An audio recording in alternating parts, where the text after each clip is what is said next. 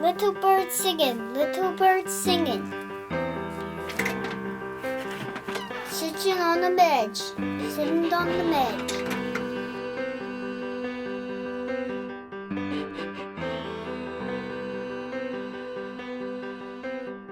And the first thing I'll say about Tomatis is that it was really fun for my daughter. I mean, she loved coming here and she would talk about it. And that's half the battle with a lot of these young children. And it was never made to be a burden or something layered on to a busy schedule or anything like that. It was always fun for her and she enjoyed it. So when we started Tomatis, we all saw immediate changes. Tomatis was life-changing. I don't even know any other way to say it. Here at Total Approach, we combine Tomatis with an intensive occupational therapy program. But the Tomatis portion of the program is the sound therapy program that stimulates the central nervous system, particularly the sensory system, in helping the system perceive sensory information in a more organized manner so that children can be calmer, more attentive, know where their body is in space, and has a domino effect into all areas.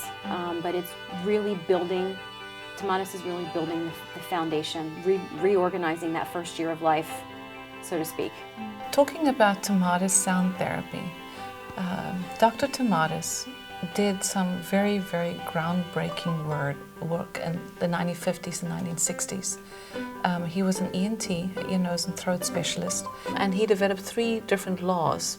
The one being that the voice can only contain what the ear can hear, and then that you can durably change the voice, and that you can also do it permanently, that you can change it in a permanent direction. And these laws actually started the basis of all of sound therapy today. When we investigated different sound therapies, we wanted to go down to the source about what was the most original and most comprehensive program.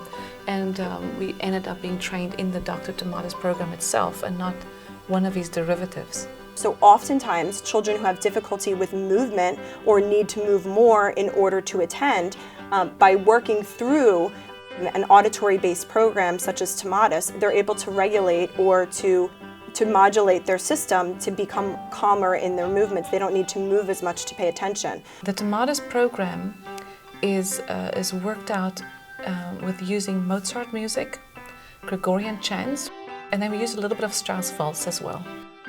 And then the children are listening to it on headphones that's got ear conduction as well as a bone conductor in the middle of the top of the head.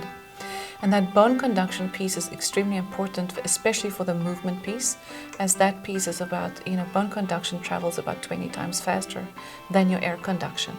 So when we're working on the body piece, which is important for us as occupational therapists, the bone conduction is really where we're getting a lot of the input and also a lot of the quicker input that we're seeing in the changes of the children, which is why we can talk about seeing changes within the first 4 or 5 days of the program. He was not here more than a few days when he really started showing such differences in his ability to be able to process what it was that he was hearing. But I think the 3rd or 4th day we were in Tomatis, he turned up the radio in the car. He was listening to the music and he turned up the radio and he said, "Mom, you know what? There's so much more in this song than I recognized before, than I heard before." And the other thing we noticed after the first week is he never was very expressive about his feelings. He really kept everything inside. And then after a week or so of Tomatis, there wasn't a feeling he had that he didn't need to express. And he started keeping a diary.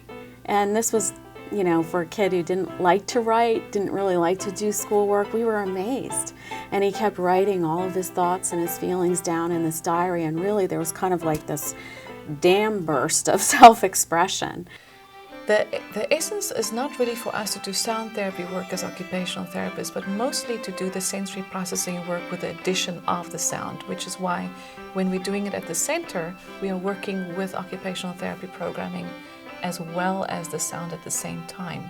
So the child would be standing on a balance board, doing a visual exercise while they're listening on the headphones and using all of their systems together at the same time, giving them an experience of integrating a different input media that's given to them. Like I can just think of one child that I had who he was almost just seemed like he was trapped in his own world. And after about 3 or 4 days in Tomatis, it was just like all of a sudden he was there. He was, giving eye contact to me. It just seemed like he was there. He was there with us. So, every day I see one of those aha moments. So Tomatis is usually what we call the center-based program. But then there is a home-based portion, and that's called Solisten. And Solisten is a derivative of the Tomatis program, with most of the Tomatis effect available in the program. So quite a nice, high-quality product on its own. There's some features that it doesn't have, like the vocal work, but for the most part it has much of what the Tomatis center-based program provides. In part of the Tomatis work, we also have what we call mother's voice work. So we do a recording of the mother's voice, reading a book called The Little Prince, which is a book that everybody reads across the world. And the mother's voice is recorded and played back to her child at about 8,000 hertz, which is said to be the hertz that a baby listens to the mom while the baby's in the womb. Really good for attachment pieces, really good for the emotional pieces of bonding with the child. It was an amazing process. It was truly life transforming.